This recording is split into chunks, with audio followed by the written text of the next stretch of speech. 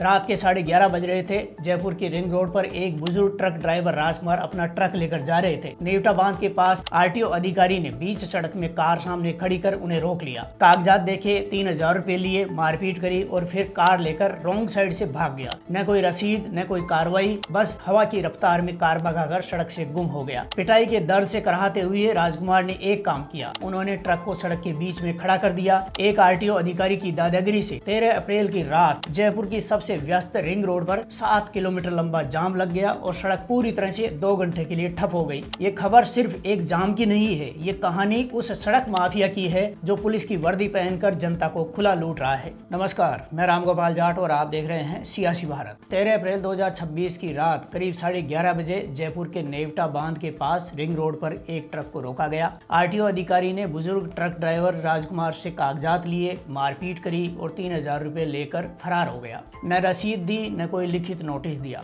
बूढ़े ट्रक वाले से मारपीट की, पैसे उड़ाए और गायब हो गया। राजकुमार ने ट्रक को सड़क के बीच में खड़ा कर दिया। आधे घंटे में पीछे से आने वाले ट्रक रुक गए, दोनों तरफ से जाम लग गया। अजमेर रोड से सीतारामपुरा तक जाम फैल गया। बाहरी राज्यों के ट्रक, चौपहिया वाहन सब फंस गए। ये जाम 8 साल में पहली बार इतना बड़ा हुआ जब से रिंग रोड का संचालन हुआ है। मैं खुद उस जाम में फंसा था। गाड़ी से उतरकर मौके पर पहुंचा, ट्रक चालकों से पूरी कहानी सुनी, फिर ट्रांसपोर्ट मंत्री प्रेमचंद बैरवा से फोन किया लेकिन उन्होंने नहीं उठाया। इसके बाद उनके पीए देवेंद्र को फोन किया तो उन्होंने आरटीओ फर्स्ट राजेंद्र सिंह शेखावत से बात करने को कहा। मैंने शेखावत को 20 से ज्यादा बार फोन किया लेकिन हर बार नंबर बिजी दिखाया गया। दूसरे पुलिस अधिकारियों से मिन्नतें की किंतु कुछ नहीं हुआ। ये सब करते करते रात के 12:30 बज चुके थे। फिर एक 3 स्टार गुरु भूपेंद्र सिंह मौके पर आए। ट्रक वालों से गुजारिश की कि जाम खोलो। ट्रक वालों ने एक ही बात कही, जब तक वो बदतमीज आरटीओ अधिकारी मौके पर आकर माफी नहीं मांगेगा जाम नहीं खुलेगा। ट्रक वाले सड़क पर धरना देकर बैठ गए। जाम लंबा होता देख गुरु भूपेंद्र सिंह द्वारा आला अधिकारियों से जाब्ता मांगा गया। आधे घंटे बाद 4-5 गाड़ियों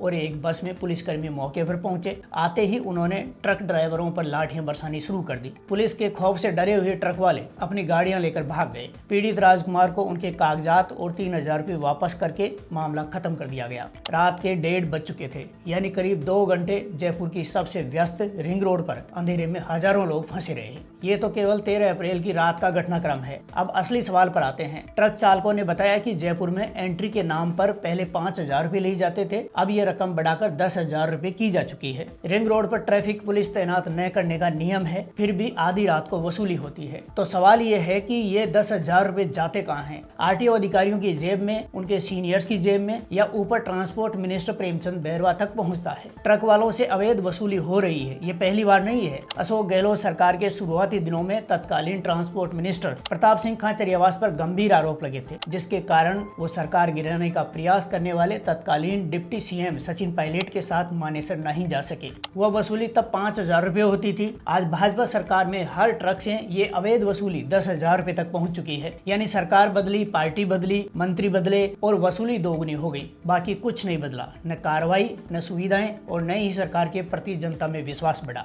अब कुछ तीखे सवाल सरकार से, मंत्री से और डिप्टी सीएम प्रेमचंद बैरवा से। मंत्री महोदय, उस आरटीओ अधिकारी पर आज तक क्या कार्रवाई हुई जिसने आधी रात रिंग रोड जाम की, ट्रक वालों से मारपीट करी, 3000 रुपए लेके भागा और कानून व्यवस्था का मखौल उड़ाया? हमने हर स्तर पर जानने की कोशिश की, कहीं से जवाब नहीं मिला। यातायात विभाग उस अधिकारी के बारे में जानकारी तक नहीं दे रहा है। इसका मतलब साफ है, उस भ्रष्ट आरटीओ अधिकारी को हर स्तर पर बचाया जा रहा है। दूसरा सवाल यह है कि जयपुर में एंट्री के नाम पर 10,000 रुपए की वसूली किसके इशारे पर होती है? क्या आरटीओ अधिकारी खुद ये फैसला करता है या यह एक सुनियोजित व्यवस्था है जिसमें ऊपर से नीचे तक हर कड़ी को हिस्सा मिलता है? ट्रांसपोर्ट मिनिस्टर यानी डिप्टी सीएम प्रेमचंद बैरवा के विभाग में क्या ये सब उनकी जानकारी के बिना होता है? और अगर जानकारी नहीं है तो रात को फोन क्यों नहीं उठाया जाता है? तीसरा सवाल ट्रांसपोर्ट मिनिस्टर की कानून व्यवस्था को लेकर है। रिंग रोड पर ट्रैफिक पुलिस तैनात न करने का नियम है, फिर आरटीओ अधिकारी वहां अवैध वसूली क्यों करते हैं? किसके इशारे पर करते हैं? किसने उन्हें आधी रात ट्रकों को रोकने का अधिकार दिया है? क्या ये सब कानूनी था? और सबसे बड़ा सवाल सरकार से, जब राजधानी जयपुर में ये हाल है, जहां पत्रकार हैं, कैमरे हैं, मंत्री हैं, अधिकारी हैं, तो राजस्थान के उन जिलों में पुलिस की तानाशाही का क्या हाल होगा जहां मंत्री और सरकार कभी पहुंचती ही नहीं है? ट्रक चालक इस देश की रीढ़ है। वो दिन रात सड़क पर रहते हैं, जान जोखिम में डालकर देश के एक कोने से दूसरे कोने तक जरूरी सामान पहुंचाते हैं। उनकी ही वजह से से बाजार चलते हैं, अस्पतालों में दवाइयाँ पहुँचती हैं, खेतों का अनाज शहरों तक जाता है और बदले में उन्हें क्या मिलता है? आधी रात को रोको, पैसे लो, मारपीट करो और भाग जाओ। और फिर भी अवैध वसूली का अगर विरोध करो तो लाठी खाओ। ये सिर्फ 3,000 रुपए का मामला नहीं है, ये उस पूरे सड़क माफिया का मामला है जो वर्दी